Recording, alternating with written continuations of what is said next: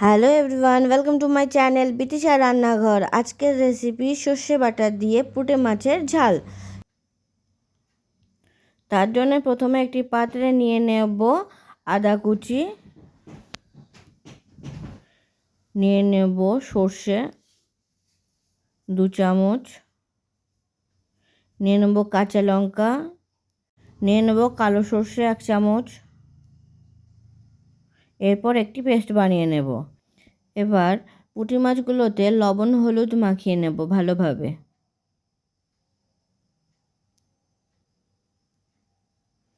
লবণ হলুদ মাখানো হয়ে গেছে। কড়াইতে তেল গরম করে লবণ হলুদ মাখানো পুঁটি মাছগুলোকে গরম তেলের উপরে দিয়ে দেব। এরপর পুঁটি মাছগুলোকে ভালোভাবে ভেজে নেব।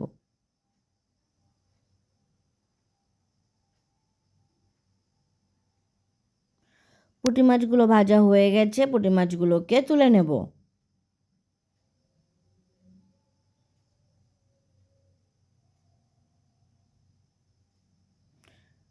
গরম তেলের মধ্যে আরও যে পুঁটি মাছগুলো আছে সেই পুঁটি মাছগুলো দিয়ে দেব। পুঁটি মাছগুলোকে ভালোভাবে ভেজে নেব। মাছগুলো ভাজা হয়ে গেছে, মাছগুলোকে তুলে নেব।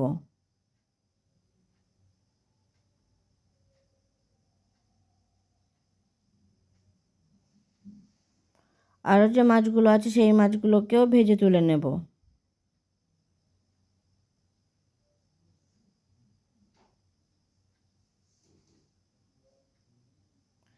এরপর গরম তেলের মধ্যে দিয়ে দেব কালো জিরে ফোড়ন, আর দিয়ে ভালোভাবে নাড়াচাড়া করে নেব।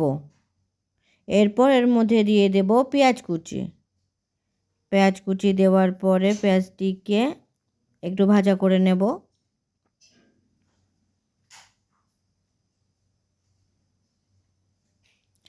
পেঁয়াজটি একটু ভাজা ভাজা হয়ে এসেছে। এরপর এর মধ্যে দিয়ে দেব আদা, কাঁচা লঙ্কা আর সর্ষের যে পেস্টটি বানিয়েছিলাম সেটি দেওয়ার পরে সেটিকে ভালোভাবে পেঁয়াজের সাথে মিশিয়ে নেব আর ভাজা করতে থাকব।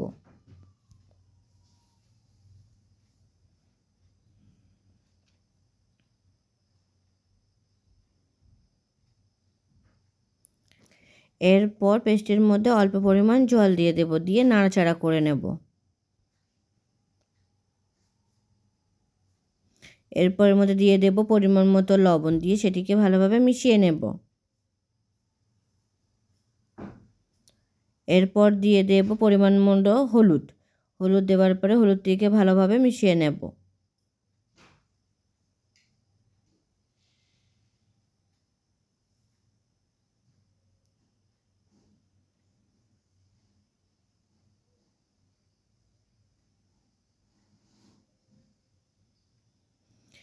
এরপর এর মধ্যে দিয়ে দেব পরিমাণ মতো জল। পরিমাণ মতো জল দিয়ে নাড়াচাড়া করে নেব। এরপরে ঝালটিকে ফুটে রেখে দেব।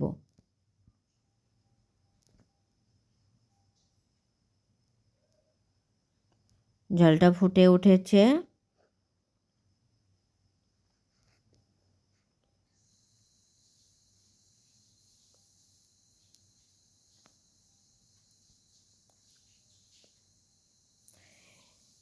এরপর এর মধ্যে দিয়ে দেব ভেজে রাখা পুঁটি মাছগুলোকে।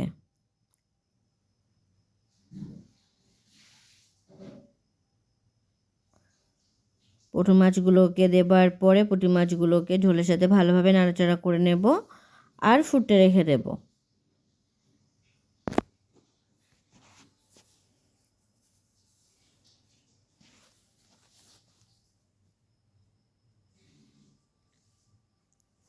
ঝোলটা ভালোভাবে ফুটছে, আরও কিছুক্ষণ ঝোলটাকে এইভাবে ফুটে রেখে দেব।